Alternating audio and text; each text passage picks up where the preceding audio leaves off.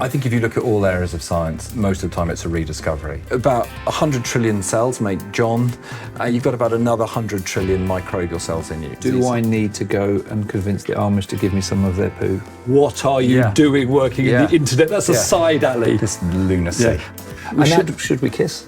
Well, I mean, gut health hasn't taken off, has it? I mean, who talks about gut health these days? Yeah, but the thing is that when you've been told you can't do something and then you're able to do it, like every day is a gift.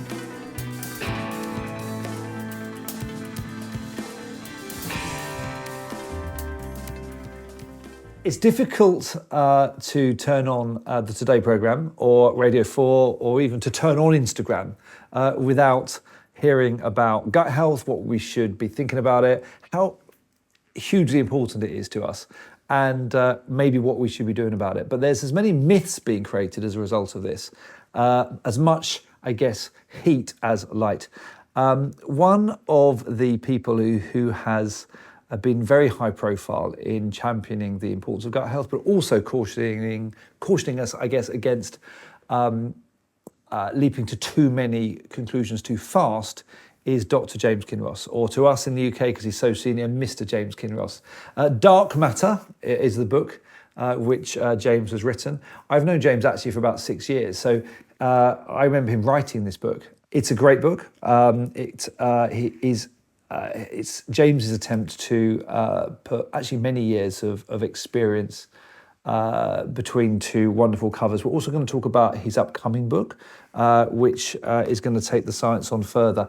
And I'm hoping, he's going to come in the room any minute now, I'm hoping that we are going to be asking, about his view of wholeness. You'll find that he has a big resonance with many themes of this podcast, the John Vincent podcast, many themes about how we are totally connected to a world, a nature, an environment, a built environment or a natural environment, which sets us on a path to health. And that if we want to re-find that health, because there is, as you'll find from James's views, a crisis in our microbiome, that actually reconnecting with nature and reconnecting with others is as important to our health as it is to our more spiritual pursuits.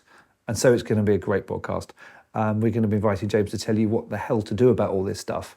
And also we're going to get quite techie, I think. So thanks a lot for joining us. This was going to be called Good. It should have been called Good. Do you regret it? Deeply. Did you bottle it? I didn't. Did you? I didn't. My editor. Yeah.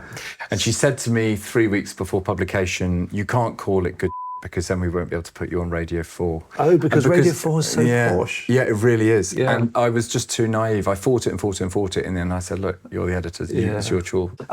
James Kinross, let's declare the fact that I do know you and I do love you. You're both declaring our love for each other. Can I declare yes, that? It's a love that I share deeply. To the extent that I got a little mention commenting on your excellent book. Let's see what I said. A spellbinding explanation of microbiology that will help you get to the bottom of health. Actually, it's a gag, so I probably wrote it. Yeah. It's got to get to the bottom of health and happiness. Got a bum gag. Okay, so James. How did you get here? How did you become one of the world's preeminent experts on the gut and everything in it? By accident is absolutely the truth of it. It was an accident. Oh my God, it was an accident. So I suppose, like many of the people that you've interviewed, I'm an outlier. At least I perceive of myself as an outlier. I'm definitely not in the mainstream, and I was never in the mainstream. And I suppose to understand my psyche, you probably need to know that I'm neurodiverse. Are you? Yeah, I'm very neurodiverse. Okay. What label do you well, I'm give yourself? dyslexic. Oh, okay. There's probably a whole bunch of other stuff there. I don't like to just, put myself into that one bucket. Right. So I'm very neurodiverse. And when I was a kid at school, I, like many other dyslexic kids, I really struggled. Like I was like a proper middle of the pack, quite often at the bottom of the pack. And I was in an educational environment where if you excelled, you were supported and nurtured, and if you didn't, you were ignored. What was that environment? Was it like a private school? I was privately educated. I was privately educated. Where in the country was that? In Guildford, in Surrey. So you're quite posh. I'm quite posh. Not posh. Yeah. Do you know what? Guildford isn't posh, is it? Posh. Well, I didn't know. It's quite. I didn't know I was posh until I got to med school. Okay. And then everyone told me I was posh. Right, okay. That was a leveller. But before I got to med school, I suppose what you need to know about me is that before I got to med school, I failed in things a lot. Okay. So I didn't do very well academically. And people that were supposed to be mentoring and supporting me said, look, you shouldn't be doing medicine. You can't go into a career in healthcare. You need to be doing something very, very different. And now, look, who's got the last laugh? Exactly right. But they said, look, you can't. But I think what I learnt a lot from that. I learnt, like all things in life, you either take the criticism and you adapt and you change, which is what I did. And then I learnt how to learn, because no one had really taught me. So about aged 18. Given your skills or given your characteristics? Given retake college, I just really applied myself and I had to learn how to learn. What I mean is, you had to learn according to the way you thought. Yeah. Well, I didn't. I learned how to pass an exam. Okay. At that point, no one had taught me how to pass an exam. Right. And in medicine, you've got to pass a lot of exams. So probably we're going to get onto this, but medicine is very protocolized and very structured, and you learn long lists of things. And unless you know how to learn long lists of things, you cannot get through med school. So I went and learned how to do that, and turns out I could do that. And then, but the thing is that when you've been told you can't do something, and then you're able to do it, like every day is a gift. I loved medical school. I loved it. It's like in religion, converts to the religion are much more zealous than the people that have been doing it as a born. When you've had to suffer to get somewhere. You're a born-again medic. Yeah.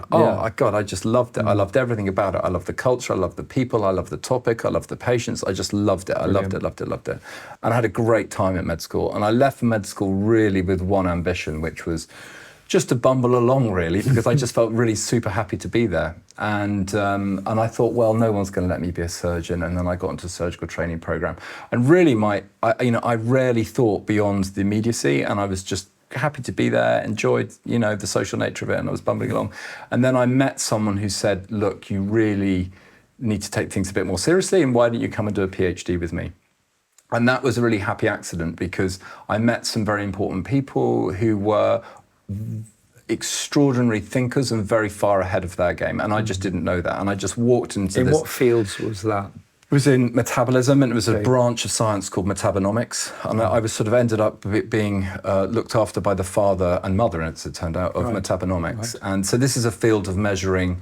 It's a sort of form of computational biology where instead of measuring one metabolite, which is a small molecule, you're measuring thousands or hundreds of thousands, and you're trying to understand how the function of systems through metabolites. So if you're dyslexic, it was extraordinary because I could see immediately the big picture. I understood where to join the dots and how to apply it. But I had to go away and learn a new language. I literally had to go and learn a new language of science. And that was where I kind of had this other epiphany in my thinking, which is that I said before I learned how to learn when I was 18. When I was 28, 29, I learned how to read. I didn't know how to read. Don't get me wrong, I could read a book, I could read a piece of paper, but I didn't understand how my brain really worked, how I absorbed knowledge and how I retained knowledge, because suddenly I had to read paper after scientific paper after, and in a language that I just did not comprehend. And so I really learned how my brain learnt, and that to me was super transformative. And then I also kind of got over this idea that maybe being an outlier was a bad thing. I suddenly found my people and my niche where actually the ability to think creatively and to think round a problem was an advantage. It's not an advantage in clinical medicine. You learn a protocol, you follow the protocol and don't deviate. In science, it's no, let's turn our thinking on its head, and can you come up with ideas which are radical and different, and actually those are welcomed to a degree. We can talk about why they're not always. But so that was liberating. So I was 30 and then suddenly I was liberated. I was working in a field that I just thought, wow, this is so interesting. And the microbiome science was just coming online. So this was about maybe early 2000s. And I just thought, this is it. I totally get it. And all my colleagues were like, what are you doing? This is absolute nonsense. So the people who were in TV and they went to work in the internet. Yes. And everyone was like, what are you doing working in the internet? That's a side alley. This lunacy. I mean, gut health hasn't taken off, has it? I mean, who talks about gut health these days? Yeah. I mean, I was interviewed by someone at the Times the other week and they were asking me the question, have we reached peak gut health? Right. I don't think we have. No. I think there's more gut health to No. come. Yeah. This reminds me of like when something like 1907, the US Patent Office decided for the next year's budget to reduce the number of patent officers because they thought probably in 1907 most things that that will be invented have been invented by now. That was in 1907. So they reduced the number of patent officers. I think we reduced the number of gut patent officers. We're done. We're done. We've got done. gut. It's all about. But I mean, you say that, but one of the things that I most like about what I do and why I feel so lucky to be able to study what I study is that it's like peeling an onion. Like each layer you peel back, you just realise there's another layer of complexity. So like science has always thought it's worked out, but actually we're just getting started, and I like that. It excites me. Well, isn't that a major problem with scientism, that there's an assumption that that is not science, that is not scientific, meaning the current consensus is pretty much cooked, it's pretty much done. I mean, in COVID, we had to follow the science. Like there was a building in which the scientists lived and you knocked on the door and they would tell you what the science is. And I think surely a scientist, and it happens more in physics, where scientists are all the time creating new hypotheses, and those hypotheses are welcome. You said that, in fact, why new ideas sometimes are not welcome. I have a concern that often in mainstream medicine, new ideas are not welcome. Or they take at least an average of 17 years to go through proven, in inverted commas, to mainstream practice. So is it fair? Is it fair that I have that concern that new ideas are often not adopted? Oh, I think that's entirely fair. And there's a bunch of evidence that good ideas are not adopted or are ignored or are thought. And is that ego? Is it money? Is it institutional bias that comes from that institution? I think if I was thinking when you were. And there's some logic to what I'm telling you, but I was thinking. Please carry on with your own. Narrative. But when Jim Watson and what's his face, the guy I can't believe I forgot his name now. The guys that discovered the double helix of DNA. DNA. Right. The other guy. And they submitted their papers. Yes. They were rejected by the peer ridiculed. reviewers. This is nonsense. So of course, it's a big problem with peer review because no new ideas. No new ideas are going to be adopted. Don't get me started. Galileo's peers disagreed with him. And Semmelweis's peers, they put him in a psychiatric ward. So we've been trying to solve the problem of peer review by leveraging data science to do that, and I'll talk about that in a second. But back to the M1. But you're on the M1. But the point that I wanted to make was that there are multiple reasons why there are roadblocks. So part of what you're describing was biopolitics. Yeah. There is biopolitics, right? And it's not about science. It's about ego, institution, hierarchy. Right. And that totally exists. Of course it exists. And of course you do have some areas of science that are dominated by big personalities and very strong theories, which are very, very difficult to break. We have problems in peer review, and the peer review process it just doesn't work. It's not fit for purpose, particularly not fit for purpose in today's age. But also I think that the thing that I would say that people really underestimate is science takes time.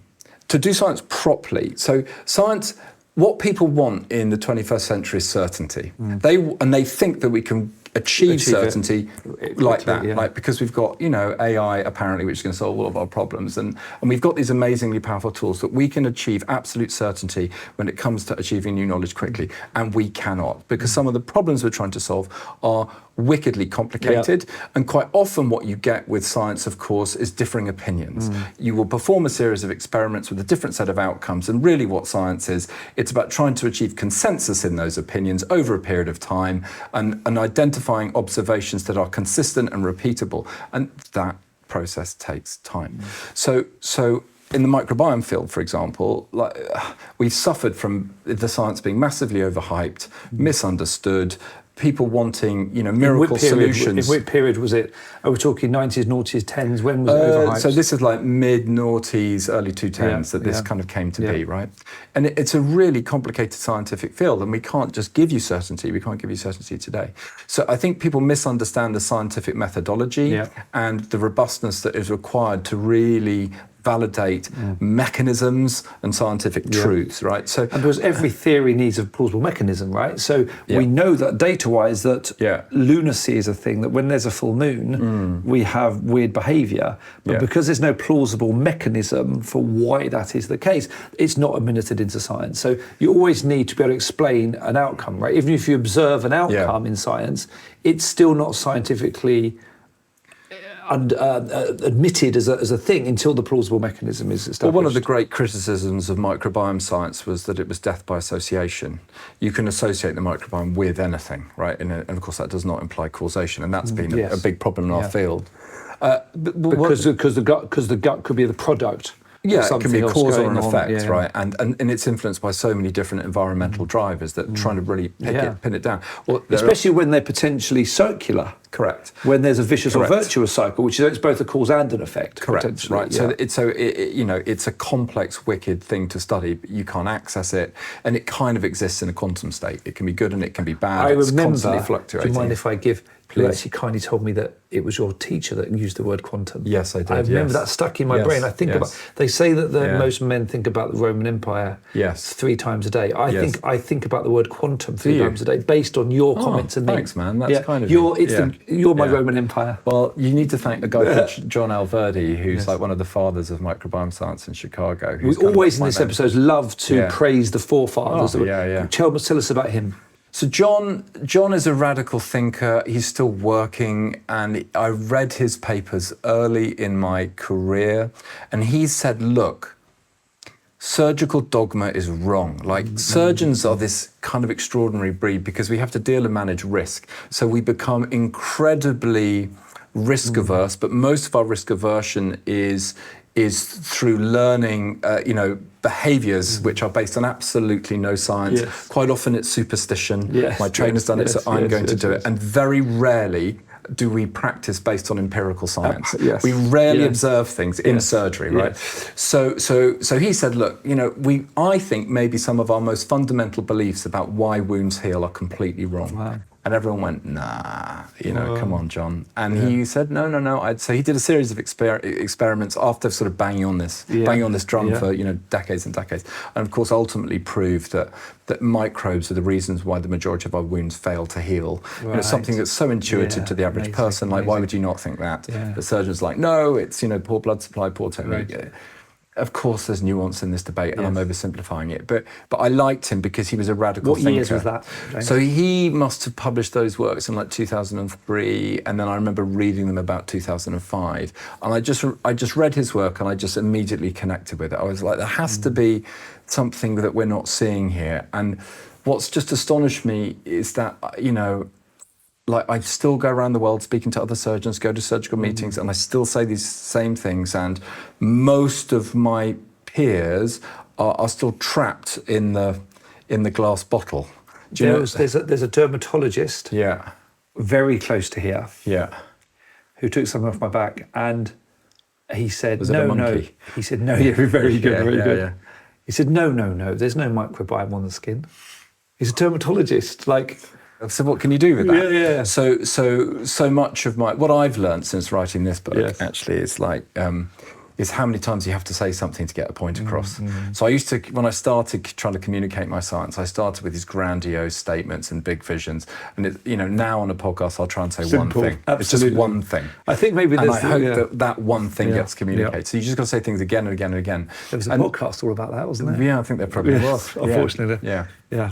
So I think I forgot what we were talking about in our thread, but I think the thing that we were talking about was, how you transfer radical ideas and kind of innovate in that way. And again, I remember actually just on that, there was quite a senior professor who is still in my sphere of influence, who shall remain nameless, quite early in my career. And I was saying, look, we've got to write, a hypothesis paper. We've got to write a paper where we put this hypothesis out and communicate this idea. Yeah. He was like, no.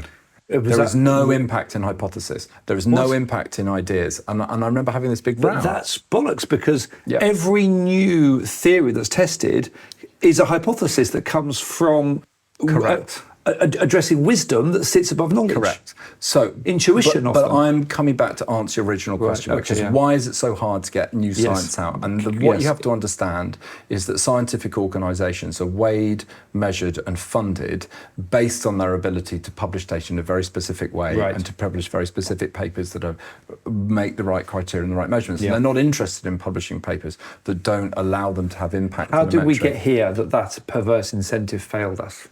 Well, because I think we fell into it for the right reasons, because we wanted to quality assure science, we wanted to standardise some of its outputs, and I think we did it because there was a genuine desire to have impact. Because I think before that time, science was incredibly chaotic. And wasn't output measured? Well, I don't think it was full stop, actually, until quite recently. So, we in the UK, in our universities, we have something called the Research Excellence Framework. Each university is weighed and measured on its ability to, have societal impact as well, to have economic impact, as well as its academic output. So things are changing, but ultimately, I am judged as a scientist on my ability to raise money through grants and write scientific papers. Does that not lead to average outcomes? So the worst, it's a bit like saying the best form of government is a good king and the worst form of government is a bad king. And it strikes me here that leaving everybody up, if there's no agency, no zeal on behalf of the scientists and the doctors, left unchecked, people with lack of zeal, lack of intent, lack of curiosity won't do any work. So therefore a measure came along that got the average doctor and scientist producing some outcome, but it didn't necessarily lead to the freedom or the incentives for the best outliers doctors to do their good work, because it was almost a lowest common denominator measure that people started to be measured on volume and type. I think, so I think you have to make a couple of distinctions between healthcare and science, and there is some overlap in clinical science. So in healthcare, like if you go back to the 90s when the Blair government introduced measures of clinical performance, so they introduced things like wait times. Actually, these were very powerful levers for change. It was important that all patients had a measure of the performance of clinical systems. We desperately needed that, and it lifted the game. The problem is that those measures didn't evolve, they lack nuance. Can I give you a quick example of that? Brighton Hospital, my next door neighbour was a senior surgeon in Brighton Hospital. There was a measure which is what percentage of operations done have gone beyond 13 weeks. So what happened was, if you went beyond 13 weeks, you were put in this drawer of people that should be drip fed back into the metrics. Because if they suddenly took all those people that had been more than 13 weeks, it would show on their scores. So you went into this living dead system that meant that you might be seen for way longer, because you weren't allowed, there was no incentive to see you, because you, having been gone more than 13 weeks, the score. That's an example of perverse outcomes. But it's also an example of systems being manipulated, rather than being properly incentivized to make change for the greater good. And lack of leadership on the part of the people who go, screw the metric, I'm look after the customers or the patients. Well, maybe that, but also maybe that they're not financially enabled to make change, or there might be other reasons for it. And yes, I take your point. Like sometimes there are people in systems that behave badly, but I fail to behave well, or fail to behave well, or don't understand that actually perhaps they get a bit burnt out by the system and they carry on. But I think there's a difference between those sort of healthcare systems and measures for change to universities where it's a different environment completely, and your outcomes are completely different, and what you're trying to measure sometimes is a bit more intangible, because actually you should be measuring new ideas. You should be measuring things which sometimes are hard to assess their true impact. I'm going to get onto the microbiome. You have written a book. You called it describing the problem book. In a nutshell, what is your microbiome? My microbiome, their microbiome, and what's gone on with it? So at its sort of driest, most dull description, a microbiome is a collection of microscopic life forms in a given niche and all of the things that they need to survive, right? So microbiomes exist at massive scale. So we've got a planetary microbiome, you've got oceanic microbiomes, soil microbiomes, but they also exist at this sort of microscopic niche. So within the gut, for example, we have microbiomes in our teeth, in our gums, but we also have microbiomes throughout the entire length of the gut. We have microbes on our skin and our lungs and our urogenital tract. They are on and in everything that we touch. So I think of the microbiome as having two other key determinants. The first is that it has an evolutionary basis. So what I mean by that is that the microbes that are within us and on us are not there by accident. They haven't just sort of happened to be there. We have co-evolved with them. They've shaped the development of all of our major organs, and they're there because we need them to maintain our health. So they allow our organs to grow in a healthy manner, but they also prevent them from degenerating in an unhealthy manner. And the other thing you need to know about a microbiome is that it has a time-dependent component to it. So microbiomes are dynamic. The microbiome you're born with is not the same as the microbiome you die with. Right. It fluctuates with you over your time course, and that's kind of a key thing that I'm sure we'll unpick. And maybe over the course of a day or a week or a year? Or... Well, it depends how you measure it and what you're looking at. So it's like anything. Actually, from an ecological perspective, an adult microbiome is pretty stable. Okay. It doesn't shift that much, but its functions, what it's doing, might change hour by hour. So that's the quantum element. Yeah. The quantum is the quantum that it does change, or that our view of it is never the same? So I think it's our view of it is never the same because it's such a complex, massive system. So to give you a nice sense of scale, these are facts that kind of get wheeled out the whole time in the microbiome. So one of our kind of big discoveries in the early 2000s was its vastness. So about 100 trillion cells make John. You've got about another 100 trillion microbial cells in you. So you've got about the same number of cells as in you as microbes as there are human cells, and your genome is dwarfed by your microbial genome. Right. So about 25,000 microbial genes, 25,000 John genes code the proteins for making John. 25,000, yes. Give or take. Right, and you've got about 30 million microbial genes. Okay. So you're about 1% or so genetically human. You're about as bug as you are kind of human at a cellular level. And the diversity is massive and very, very variable between people. Right. So you and I will share maybe 10% of the same bugs at a species level. So if you're trying to create medicines that work, right, you've got to have some understanding of how humans vary. And the microbiome is the most important thing in describing variance between people. And then, of course, that thing varies over time, like I've described.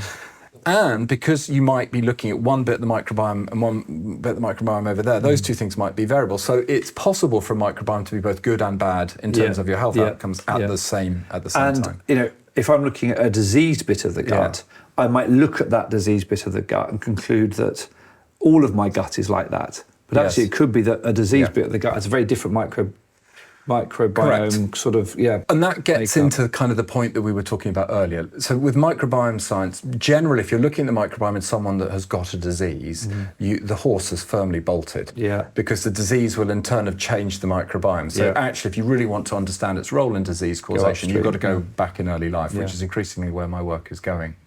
But you asked me another question. You said, well, what's wrong with our microbiome? Like, is it good or is it bad? So the answer is that most of our microbiomes are okay. We get up every day and we function. In fact, I could probably kill every single bacteria within you and you'd still be okay. You'd go, you wouldn't die. You're not going to die. But what is happening is that evolutionary relationship that I was telling you about, that evolutionary partnership is under very significant stress and pressure. And what you also probably need to understand about the microbiome is that it's generational. It is literally passed from parent to child. And the complexity of the relationship with microbes is kind of difficult to conceptualize because it's so overwhelming given the scale that we've talked about. So the analogy that we often talk about to try and make it understandable is that you have to think about your microbes as if they're an orchestra. They're a big band and they've got a symphony to play. And that symphony, the maternal microbial symphony, starts to sing to the gestating infant through the transmission of small molecules. And that influences how an infant grows from the minute you're conceived. And during early life, you get these big blooms of microbes and the bits of the band will wake up and bits of the orchestra will play loudly. And then maybe they'll die away again as the microbiome changes. And you hit to adult, and it just goes on. Right? And that symphony plays. And what's happening is that the tune that we're passing from parent to infant over generations is changing. That symphony is being eroded because we are profoundly mistreating our microbes. And one of the things some of the language that I use when describing this problem is that I describe it as us experiencing an internal climate crisis.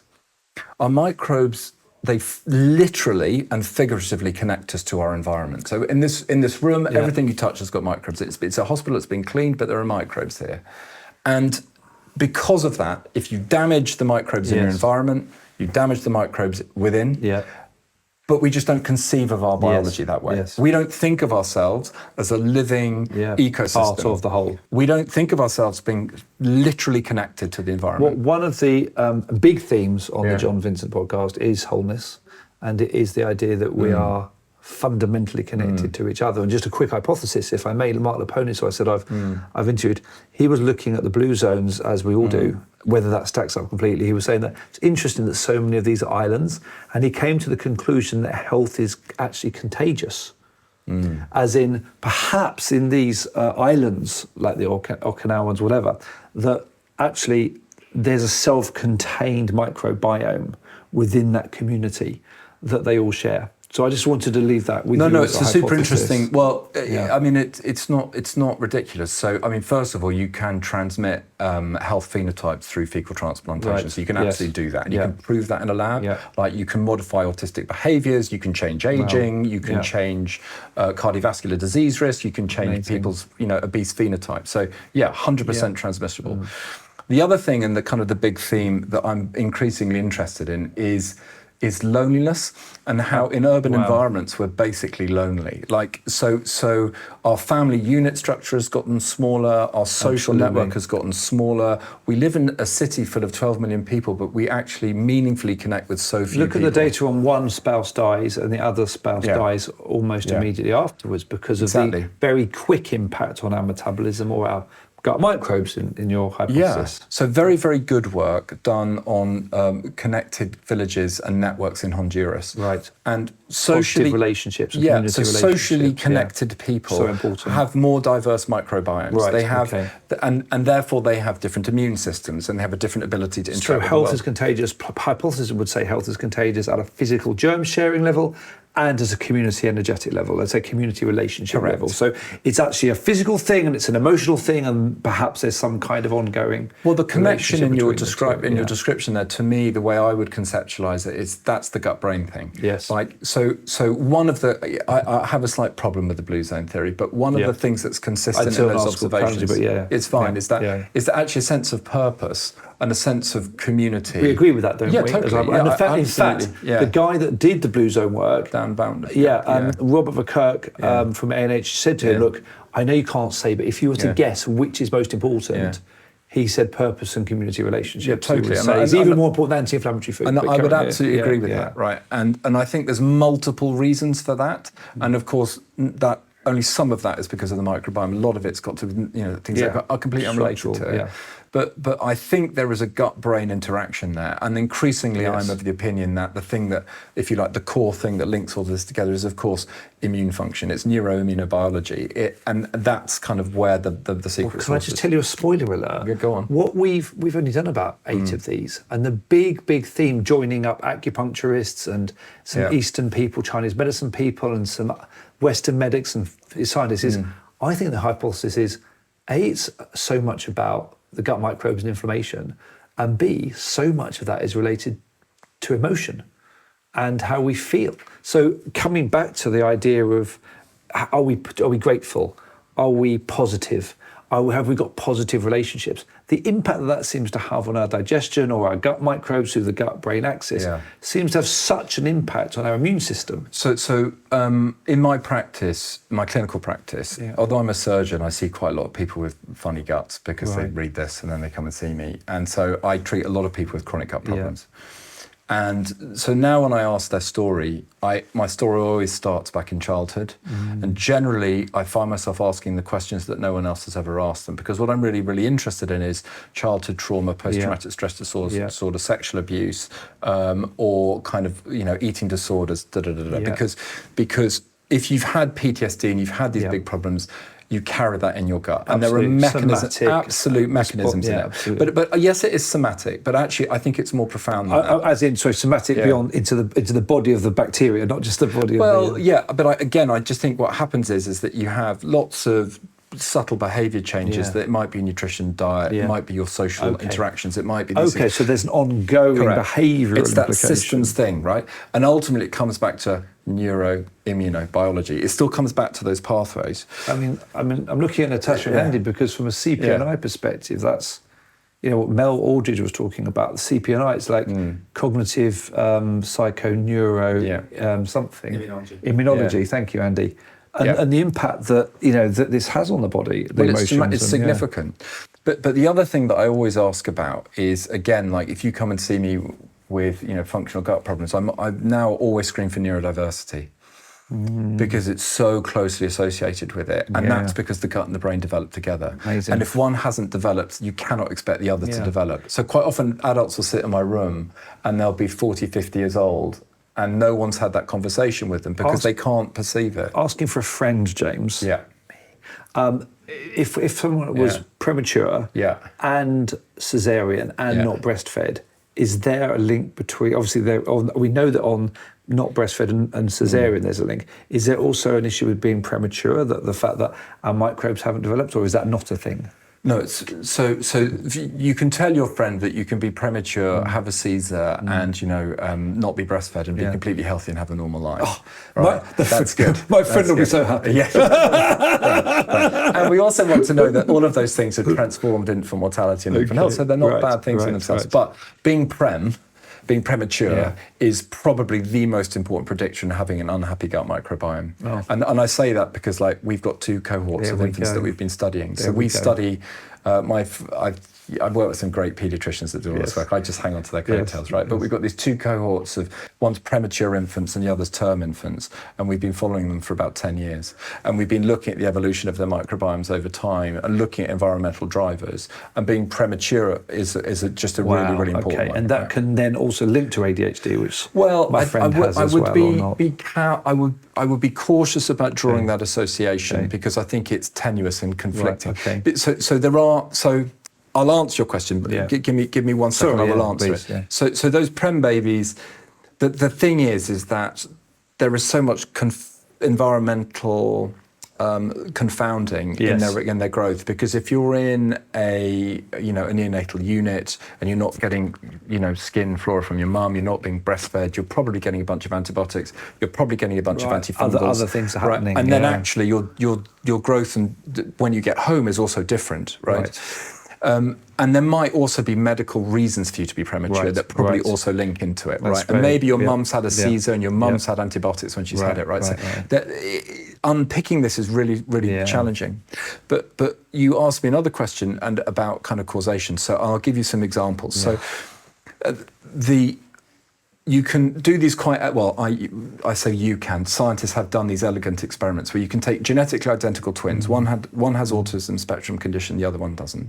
And what you do is you take feces from the autistic twin and you put it into an animal model, and that animal will develop autistic behaviours. Yeah. They don't develop autistic spectrum condition because some of those behaviours are genetically determined and some of them are environmental. And microbes drive some of that environmental risk.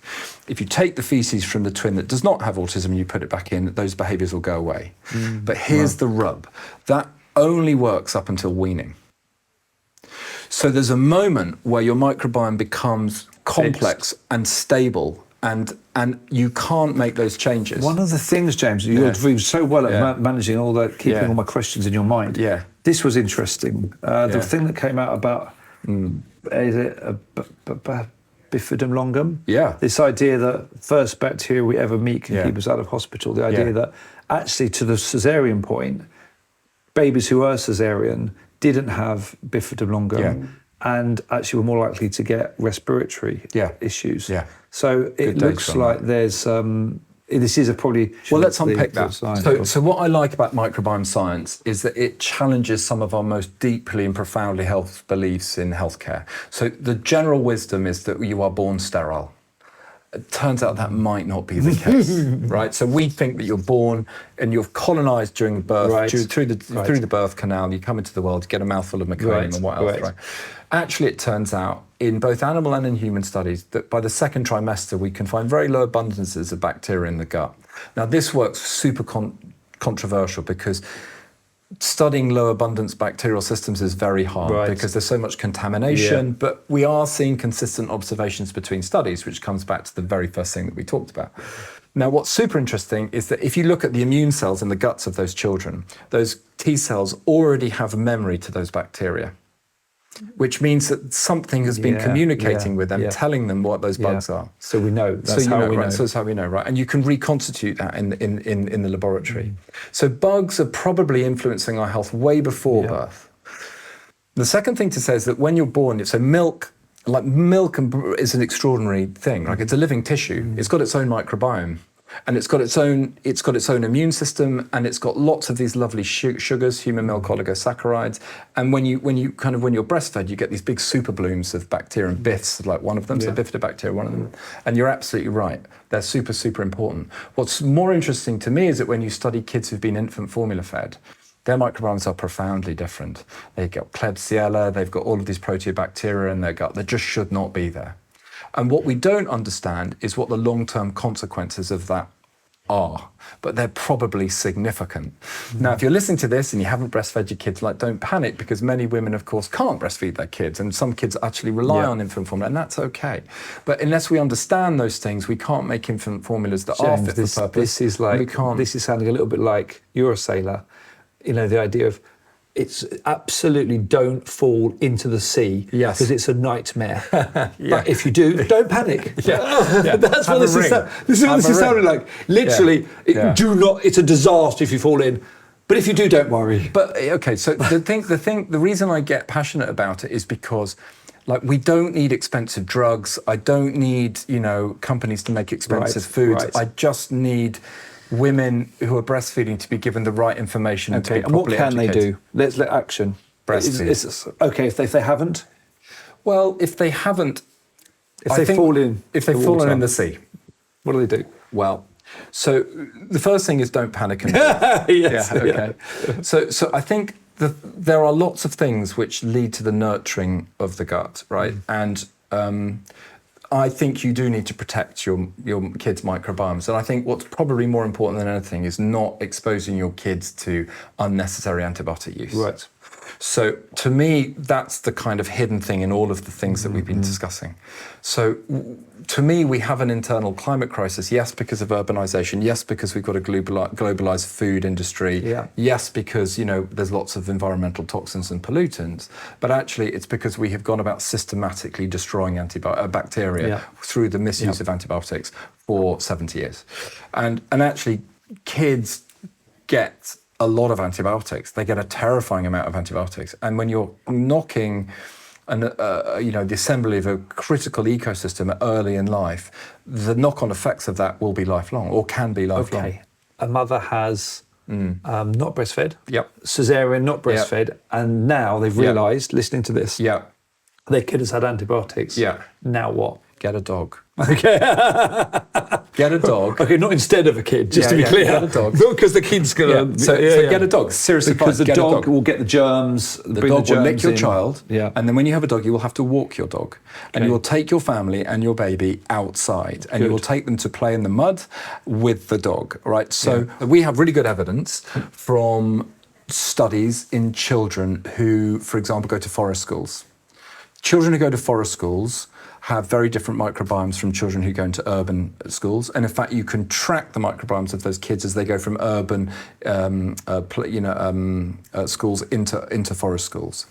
We know that schools that have pets where they get introduced to these animals, their microbiomes shift and they change.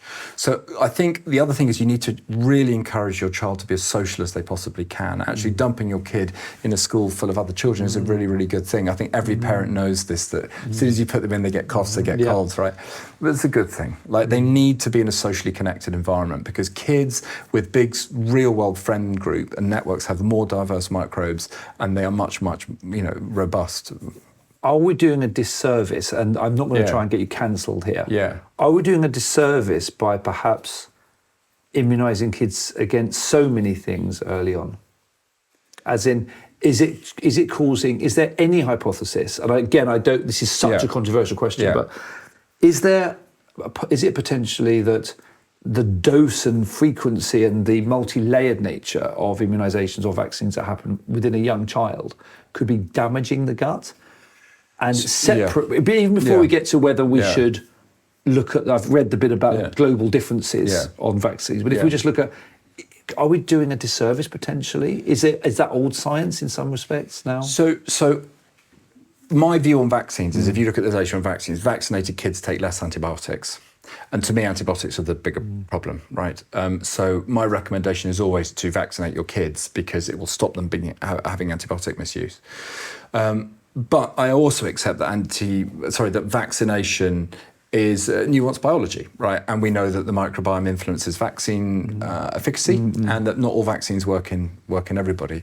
We also have to understand that vaccine technology is moving very, very quickly. So there are some uncertainties about how those vaccines work, and very little work has been done on vaccination and the microbiome, like almost none, like a handful of studies. So I think, to my mind, it makes logical sense to selectively knock down a pathogen, because you are, in theory, not creating ecological destruction. If you wait for the pathogen to manifest itself, you've only got one solution. I think that if I've learned one thing, this is what I tell my medical students, right, is your job as a doctor is to listen. Like, I sit down in an office, like when I'm doing like my consults for functional gut problems, I will give it an hour. And I will barely say anything in the consult. I will just say, I need to hear what you've got to say. And listening is like an active process. Listening requires energy and focus and concentration and time. And we just can't do it. We're unable to really understand someone else's experience at the moment, because maybe the digital world we live in just doesn't allow us to do that. So I suppose that's my biggest learning on that. Like, you've got to listen. With you. Yeah. I agree with you. So on the microbiome, yes, I think we've established, haven't we, that it is real important. Yeah. Is there an argument the fact that it's been overplayed? I mean, how important is it? And you know, because it's taking up 80-90% of the popular conversation. Yeah. Should it actually only be 20%? Or, you know, how does you, obviously nothing, as part of a complex system, everything's important, but how do you think about it now in terms of relative importance in the... So I think about it as being as important as your genome, and as important in the environment, or what I call the exposome, in defining your health, right? So for me, it's not all about the microbiome. It's about understanding that you can't have a model for health without the microbiome.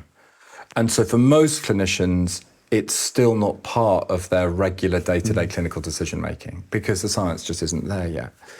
As we were discussing, you know, so I talk about gene-environment microbiome, or GEM interactions, and I think about them conceptually as kind of varying through your lifetime, right? But most doctors have no measures of this. We have no tools for understanding that. We don't teach people about it in med school, and we don't give them the tools to measure it in the day-to-day practice. Therefore, it kind of falls between the gaps. And I think the problem with microbiome science is that it's super complicated. And it's really, really hard to get meaningful insight into proper mechanisms about how it works. But for many vulnerable people with complex health problems, it's the missing link, right? It's the thing that, I can blame this all on the microbiome, number one. Number two is it's very easy for that information to be misrepresented or misused to sell a dodgy probiotic, to sell a dodgy prebiotic, to be the solution to all of our problems, right? So what happens is that it gets hyped, we make a bunch of promises that we can't possibly deliver on. We also then have like a bunch of early stage startups that fail spectacularly because they can't deliver on the science, and then everyone loses trust in what we're trying to do. And I think we're just going through that cycle. Fascinating. Is a lot of the claims about how personalised the assessment of one's gut can be end up in what can then look like quite generic recommendations? So it's like, I'm going to look at all of your gut. It's all about James Kinross on the first day. Okay, eat more fibre, have some more sleep, and have some fermented foods. Yeah. Is that fair? Yeah, there's a lot of... I think we have a word for it in healthcare medicine. And that's because, there's so much of this is built towards the wellness industry. Big wellness. I don't know what that is. I don't know what wellness is, right? And there are lots of people trying to monetize this science without really doing the work, right? So the cart has gone before the horse. So the microbiome is a really, really important tool for understanding maybe whether you've got a disease or a condition or whether you're likely to get it in the future. It's a very helpful tool for stratifying therapy, but we just haven't done those studies yet. We haven't done those trials. Like, we haven't got the evidence base for it yet. And so what's happening is that you're getting early adopters in the wellness space because it's not regulated, it's not properly controlled, just applying this technology. And people are spending a fortune on these tests, and it winds me up. We were talking about our friend earlier, but my problem is that I've got patients with metastatic bowel cancer who are dying, who sit in this very seat and say to me, I've done this commercial test for my microbiome, and I'm currently starving myself based on that data. That's hugely problematic, and it makes me really angry, because then I have to say to them, no, like you are being missold a product that is not having benefit. It doesn't mean the microbiome is not important. It doesn't mean that we shouldn't be targeting it. So I think that culture though is changing. I think like mainstream medicine is waking up and saying, okay, there is something in this science, we need to understand it. We've seen a bunch of papers that have come out saying, yep, we need to regulate and standardize and measure. And we've also got to properly educate the public on what this data really means. And I think there are products coming into the market which are much better. And again, I don't want to be too hypocritical because I use some of these products. And they do have their space, but I just don't think that they are really designed for people to be used at home that don't have a deep understanding of what they really mean. So if we were to look at the generic advice, and I'm not going to talk about the example of, or we could later, about a patient that is presenting or has, or not presenting with, has a bowel cancer. The list of things that you would recommend would be, number one, have a whole bunch of different fibre. That would be the first recommendation. Is that fair to say? So you mentioned an interesting word before, which is personalisation. So the gift of the microbiome is in being able to personalise those recommendations, and I suppose to rank them in terms of which again, I think the value of measuring the microbiome is that it does give you some insight. So the counterpoint to my previous argument is that, well, you've got the tools to measure something, so surely some measure is better than no measure. Well, yes, it is if you know what it means. So I do measure the microbiome for that reason, and the answer is that yes, generically, fibre and nutrition and diet is the most important and easy way to manipulate the microbiome and get it to where you want to be. Sleep. And relaxation. Sleep and relaxation. These things are important, right? But actually, if you've got, a bloating phenotype and you've got a disorder of gut-brain interaction, you come and sit in my office and I say, go and eat fibre. That's an entirely unhelpful recommendation. You'll go home and you will bloat. So actually, it's about shifting this into a slightly more precise, targeted thing where you say, okay, this is what you need. And it also comes back to your point, which is that we've known, for 50, 60 years, that putting fibre into your food improves almost every single measure of your health. I think my mum was on the F-plan diet in the 70s. Right. So we've known this. This is not new science. But what microbiome science does is it explains to us why that works and why it's useful. So it gives us more knowledge so that we can write better advice and educate people more effectively. It also allows us to target specific fibres and specific bugs to fix specific problems. So the gift of the microbiome is in prevention. Prevention starts from conception. It doesn't start when you're kind of, our age. We're so old. There's a very handsome picture of you on your WhatsApp. Yes, there are. I think you should have started then. It looks like you did start then. Well done. Yeah. I'm such a fool. I'd like to come back to the list of recommendations. Yes. So if we could come up at some point with any generic recommendations, or at least put people into cohorts, that would be sensible. But one thing I'd like to ask, which you sort of raised in me, is gut health purely the absence of disease, or is there some positive optimization that's going on? It sounds like it's not just the absence of disease. It's 100% not the absence of disease. So we started this conversation around the microbiome by me explaining to you that I felt that we were experiencing an internal climate crisis. And that sounds like a negative, overwhelming, difficult thing, but actually I think it's a very positive thing, because I think the point of the microbiome is that it's actionable, it's targetable, you can do something about it.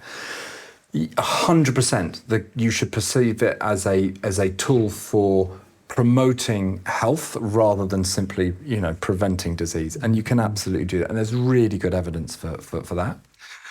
And there are multiple ways through which you can do that. So you've got to, first of all, conceptualize that your microbiome or your gut is a living ecosystem. It's your garden, right? So if you think of it like a garden, if you went into a garden that was brown grass and lots of weeds and you were trying to turn that into a luscious, beautiful meadow of wildflower, you can't do that in a weekend and you can't do that in a week. It takes time, and that garden has got to be properly nurtured. And that also means, to come back to our quantum theory and our time dynamic changes, that actually the things that your garden needs are going to vary depending on what season of your life you're in and the context, because microbes are context dependent. They can only behave according to the stress that we put them under, right? And that's why kind of making generic statements about how to optimize your gut health seems to me a bit oversimplified. So the first thing I say to people is, look, this takes time, and it's a science of incremental gains and nuance and nudges. In an adult microbiome, actually, the relationship between bugs and the immune system is actually quite subtle. Like, you have to really damage the microbiome, really make big changes for it to have, an obvious manifestation.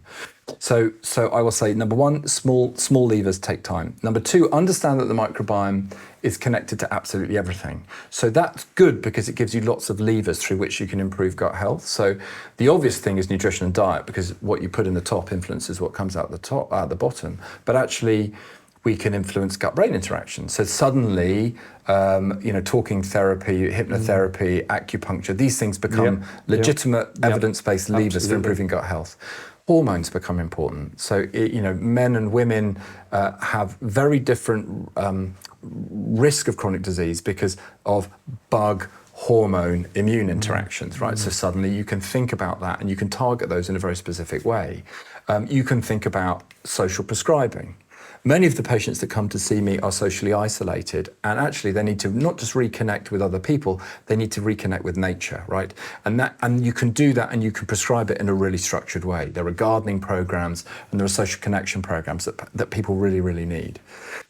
There might be really targeted, more kind of obvious therapeutic recommendations that you can make around things like prebiotic fibers, probiotic, postbiotic, symbiotic, picobiotic, any of the biotics, right? And the problem is that doing that in an evidence-based way is quite tricky, because quite often the trials aren't there, the studies aren't there, and the mechanisms aren't there. So what should one do? So what I generally recommend in that instance is that you start with fibers, not live not live organisms. So it doesn't really matter what the prebiotic fiber is, just as long as you're doing something. And also have a bit more veg? Yes, of course. A range of veg. Because is it true that different microbes feed on different types of vegetables as well? That that variety actually increases diversity. Correct. It really does. So you'll hear on social media about eating the rainbow and all these sorts of things, because it also has lots of lovely polyphenols. So coloured vegetables have polyphenols and these good molecules in it. But the thing that we often forget is, if you're going to eat those vegetables, I want you to do two things. Number one is I want you to cook and prepare them yourself. I don't want you to buy them somewhere else. So delete your food delivery app. Those are awful. So delete it. And I want you to cook it for yourself. That means I want you to take ownership of the ingredients that you prepare, and I want you to think about how you cook them, because when you cook them, that will change also the interaction with microbes and therefore their health benefit. Can I just check an hypothesis? Yeah, go for it. And you're going to think I'm mad. I won't. I think it's possible that something is happening to the energy of that food. And I think that in the future we might understand that food and other things have literally vibrate according to a frequency. And if they're cooked with love, they genuinely have an energetic... I'm not saying this is fact. Yeah. I would like to chuck it in for a 20-year hypothesis. Let's stick it in right now. We're an open-minded thing. Yeah. So what I do know is that the thermogenics of food does absolutely have a role, right? So that old kind of tale you used to hear about chewing your food properly, actually it really matters. It actually really, it's again, to the whole point of the podcast, right? It really does matter. So we're saying cook it yourself and chew it. Yeah, and then the third thing I want you to do is to share it with someone. Okay, because? Because I want you to have a social interaction. Okay. And that will do two things. Well, do more than two things, actually. The first thing it will do is it will give you that meaningful interaction that we were talking about. And that's so important for your mental health. And if your mental health is getting better, your gut is getting better. Number two, you're going to share your microbes with someone. Yeah. And the more people you share your microbes with, the better and more happier your health is going to be. So don't be afraid of someone's fork has touched your mouth. We shouldn't do that. Should we kiss? Well, I was sat on a panel. I was at a sports health conference this weekend in Lithuania, of all places, and there was a slightly eccentric German professor of dentistry, and he was saying, "What we all need to do is kiss." Wasn't like Mark Zuckerberg and someone kissed or something? We're not going to do that, James. We're not going to do that. You can kiss if you want. I'm open-minded like that way. But so SNOG, the old stat is SNOG is 80 million microbes. Okay, right, good, so that you share every time you kiss. But yeah, we should kiss, and again, we should shake hands, and we should hug our friends. And again, as men, we're really bad. And so covering our hands all the time in the antibiotic stuff now, that's not at this point not a good idea, right? I wash my hands regularly because I have to, because I'm a surgeon. If you're cooking food for other people, washing your hands is probably a good thing to do before you do it, right? Especially if you've been we've just got this awful addiction to hand gel, and that's really not good for our skin microbiome at all. You really shouldn't be using it so much in that way. And I think that kind of brings up this other point, right? Which is that all of healthcare is still predicated on 20th century theories around health, right? And germ theory is the biggest one. So germ theory was this idea that, of course, diseases, that pathogens spread disease, and this has saved millions of lives. And of course, we wash our hands, and people, we prevent the transmission of disease. It's important. We treat patients with antisepsis and antibiotics, and they get better, right? It's really, really important. The problem is that the consequences of that has been that we've destroyed large swathes of our microbes. So what I advocate for is a microbiome theory. It's an evolution of germ theory that actually says microbial preservation is a form of preventative healthcare. We need to nurture the microbes that we need to have, a healthy life, and we need to do that from the minute of conception. Can I make a case? I love cases. For terrain theory at this point? Yes. The idea that it's not necessarily or just the germ, it's the soil that germ lands in, being often the microbiome landscape or terrain that decides A, whether that pathogen will get worse, and B, how well we're going to cope with that pathogen. And before COVID, I searched terrain theory, and it said it was a very valid counterbalance to germ theory. During COVID, I Googled terrain theory, and it said a stupid didn't genuinely. The homepage, the first 3 pages were now a stupid pseudoscience that tries to deny germ theory, which actually isn't. It actually just says there are 2 things going on. There's the seed, which is the pathogen, and there's the soil, which is the microbiome background that germ finds itself in.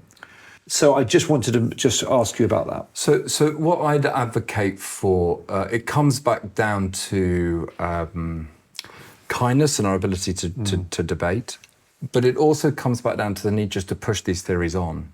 Like, in the same way that I think we need to evolve germ theory, I think we need to evolve, things like terrain theory, because we know so much more. Those theories were being debated in the late 1800s, early 1900s. Like, we know so much more of the world. Why are we looking backwards to those solutions? Fighting an old battle, like Arsenal versus Man U. The world has moved on. We now understand so much more than those guys did, right? Yeah. So we have got to move our way from debating 19th and 20th century theories of disease. So we get caught up in names and in history. Yeah, we get caught up in that. But actually, if we can just have a minute and be present and think about the knowledge we have in our hands, we can move forward. So clearly, like everything in life, the truth is somewhere in the middle, and there's nuance to it. And I think that my learning is that microbes are context dependent. When you have a climate crisis, and you kind of look at biodiversity across the planet, what you see is the death of large numbers of animals, right? Microbes are different. Some of them die, and we've lost maybe 30 to 40% of our microbes through the industrialization of the gut and through as an individual or a society. As a society, right? But actually, there are winners and there are losers in any catastrophe, right? And bacteria, because they can spread and share genes incredibly quickly, and they can mutate and adapt to environmental stress. Actually, some of them are doing really pretty well, and that's the problem. So we're getting these big blooms of bacteroidetes that we just didn't have,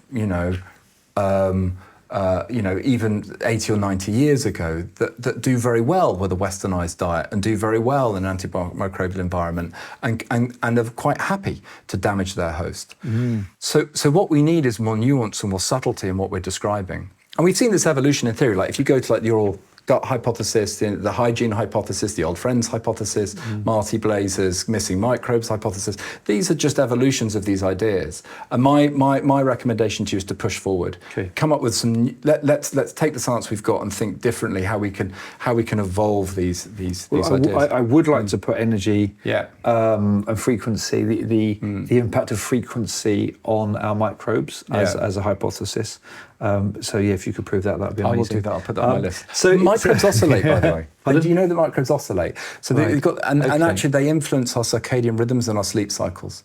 And so they do vibrate. And actually, when you sort of conceptualize that kind of gem line that I was telling you about earlier, this line of kind of varying gene environment microbiome interactions, and we were talking about the microbiome existing in a quantum state, like it shifts and moves. I think of it as vibrating like that. I do. That's how I conceptualize it in my mind. That's how I. So there is, imagine it. I think there's a lot to be discovered about energy Yeah. medicine. Yeah. So, is there anything? So you've mentioned a lot, actually. Thank you about the symbiosis we have with the outside world. Yeah. In fact, get a dog. Yeah. Go for a walk in the go for a walk in the Yeah. garden. Go for a walk in the forest. Yeah. And we know, don't we, that the plants in the forest and the trees, I think they're called, are showering things upon us all the time that impact our microbiome. That's to true. optimise our immune system. Certainly in spring, there's a whole plethora of these things of these medicines and these things that support our microbiome. Yes.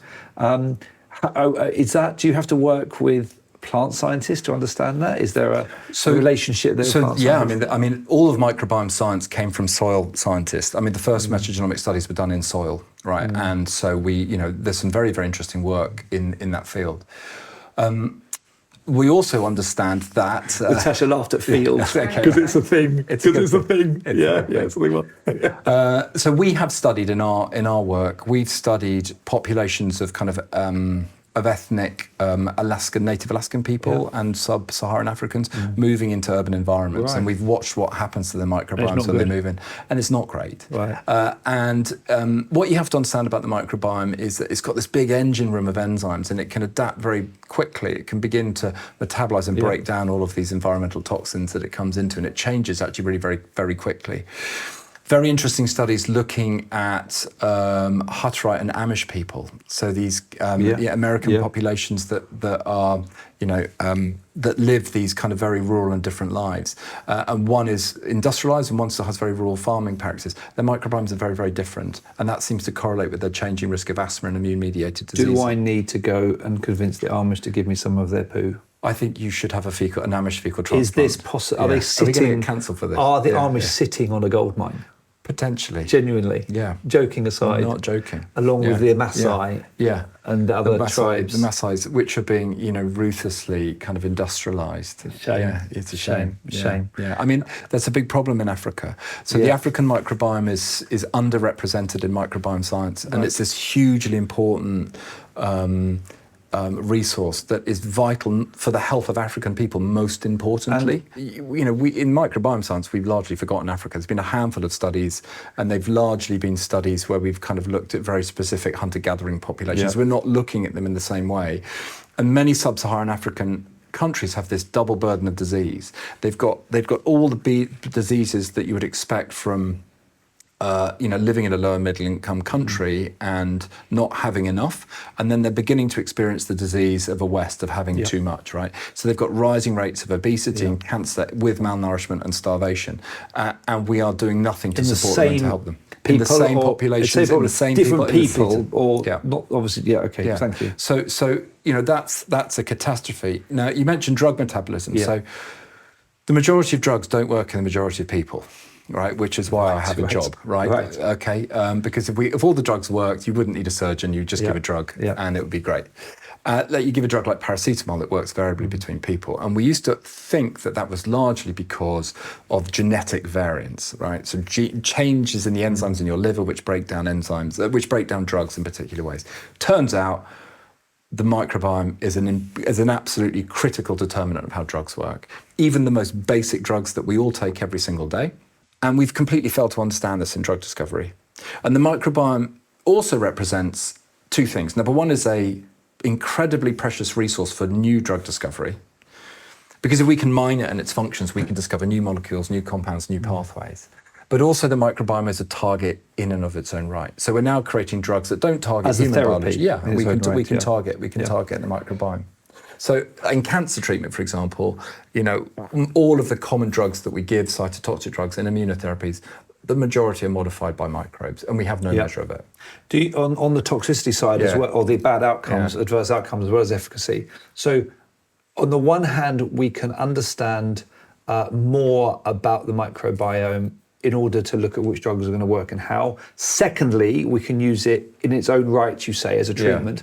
What about the third argument, which is we can start to predict more or better the likely toxic or adverse effects based on a microbiome? Because I think that there are all sorts of medicines where we blanket say this, we blanket make statements, but actually we could get much more refined about saying a test. Now, my concern is that it's expensive. So to take every person or even every kid, if you look at mass-produced healthcare programs, couldn't we get to the point where we say, actually, you 4% of kids or you 4% of people, you shouldn't have this because we think that your microbiome is compromised or is of such that this drug is going to harm you. Is that not feasible? No, not only is it feasible, I mean, that's the goal, right? So what you've described is precision healthcare. And what you need to get to that vision of what you described is, this comes out to what I was saying before.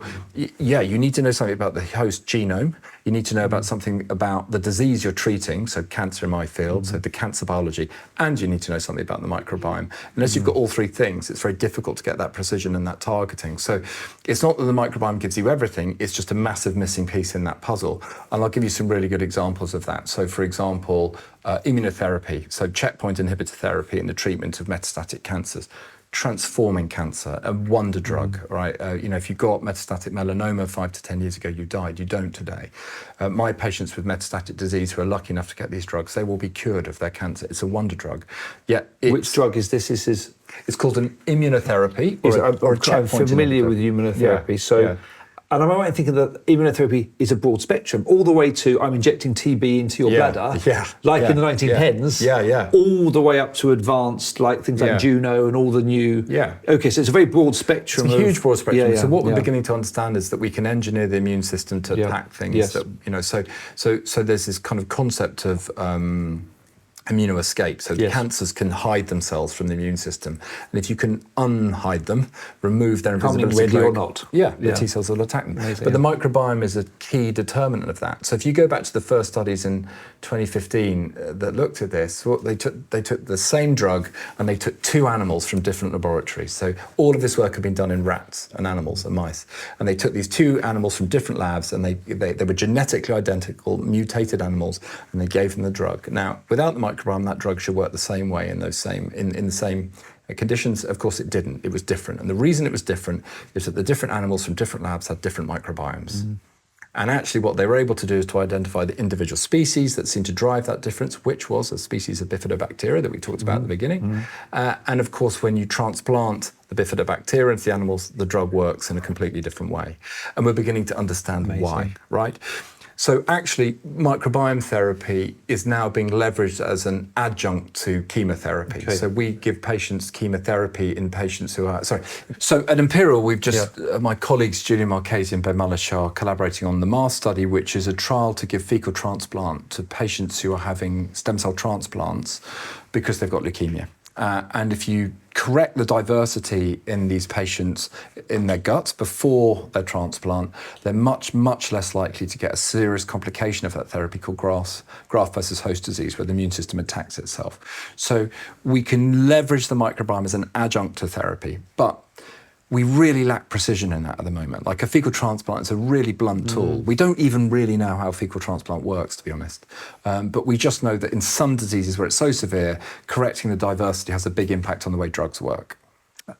Is it likely that in 5 years' time or 10 years' time, 70% of us will be going down to our GP to have fecal transplants? No. Okay. Fecal transplants won't be scaled, I don't think. I think they will work and they will be used in very specific use cases like Clostridium difficile infections where actually any fecal transplant will work and it doesn't really matter. I think we'll get to a point where we will have very specific targeted communities there'll be a live biotherapeutic product that's synthesized. Right. And you'll have that in a much, much more targeted way. Okay. Because what we don't understand when you give a fecal transplant is actually how those microbes engraft and grow in the recipient that receives it.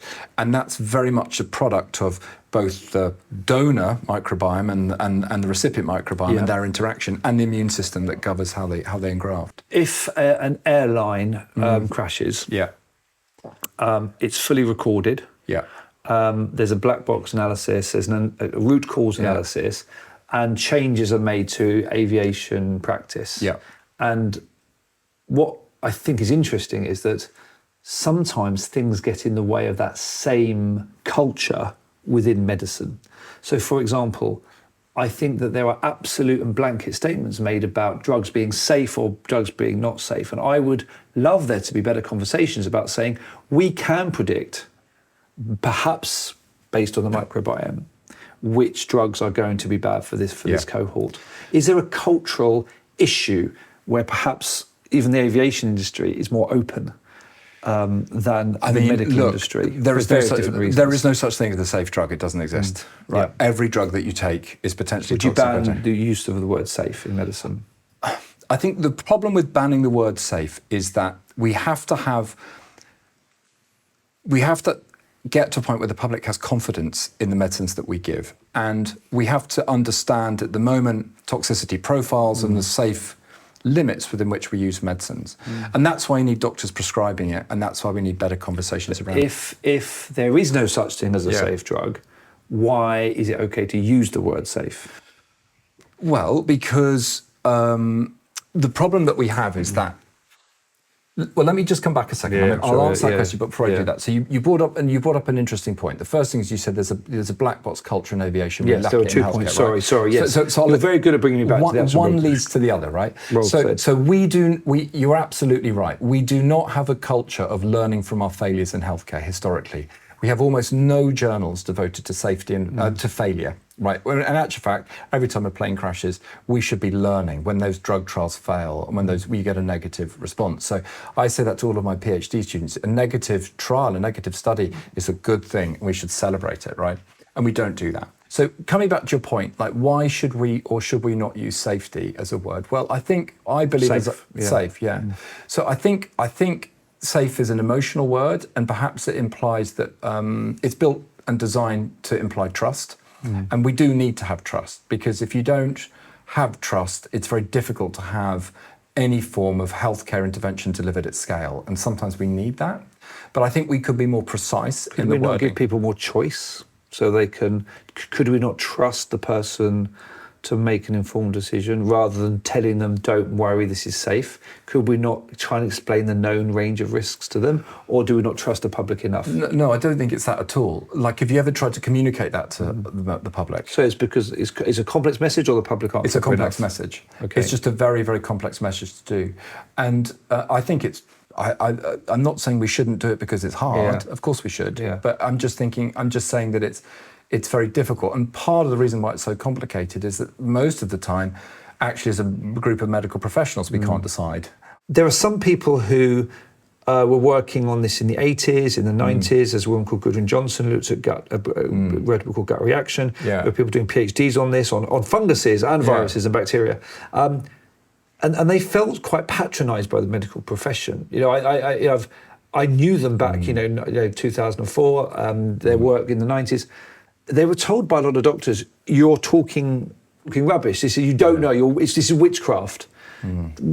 How has this become the preserve of doctors now, as opposed to those practitioners who actually in the alternative space, this was in the 90s and the 80s, the preserve of the alternative movement, who said, I will give you fermented foods. Yeah. I will look at your gut. I will look at the role of Chinese medicine or Ayurveda. Yeah. And I will inform my treatment of your gut. Yeah.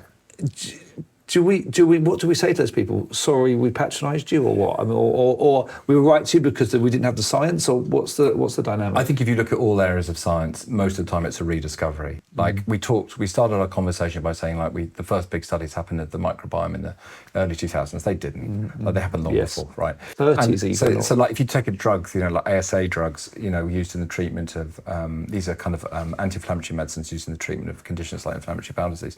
They only work because drugs convert them in the gut into their active agent, and we've known that since the 1970s, right? So actually, like it's a rediscovery, and I think the answer to your question it's a very, very interesting one, and the reason I think it's so interesting is that what you have to remember is in the 1990s there was no equal distribution of knowledge. Knowledge existed in libraries, and you only had access to that knowledge if you went to medical school or university and you were given access to the knowledge. Was there not oral knowledge? Was there not oral? Only if you were nice. Was there not oral cuts? Was there not oral knowledge within certain communities, either not like oral today. Traditions or? Well, maybe. So I think there were were stories and tales and things that were handed down through generations. And if you look at different cultures and societies, that the same thing happens. It's just distributed through different ways, right? Yeah. I'm saying outside the libraries. There were communities of people that would speak to each other, practitioners who would talk on the telephone or in conferences about what they were discovering. It was clinical evidence. It wasn't RCT evidence, it was clinical evidence. And most of the evidence was terrible. Right. And it was a paternalistic society where, I'm still old enough that when I went to medical school, I had to wear a white coat and all that sort of stuff, right? And you just now look at how different the world is. It's almost come full cycle. Yeah. Actually, the crisis that we've got in the moment is the infodemic. It's that there is too much information. Everyone's got access to it. But the problem that I have at the moment, actually, is that it's not just that patients are overwhelmed with knowledge, it's that clinicians are overwhelmed with knowledge. They can't sift through this fast enough to make any sense of it. And the whole, that is the challenge of our age. So in some ways you've got this democratization where healthcare practitioners at lots of different levels can access the information and choose, how they apply it. And I think what we need is different ways of assessing perhaps how they weigh, use and appraise that knowledge. That's actually the big challenge. Is AI, you mentioned earlier, that AI is going to solve everything. Are you being facetious, I think, or were you? No, I wasn't really being facetious. Can they run a program on all that quantum stuff? Yeah, well they can. Like AI, computational biology is going to deliver precision healthcare, which is what you were talking about. AI is going to transform peer review. It is going to transform the way that we look at medical information and scientific knowledge. The problem is not AI, it's humans.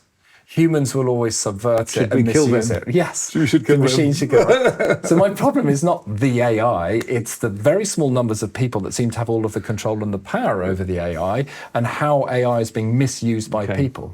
So we've done science, for example, we've had a series of projects funded trying to identify scientific fraud and research fraud in the scientific literature. And it's alarmingly common.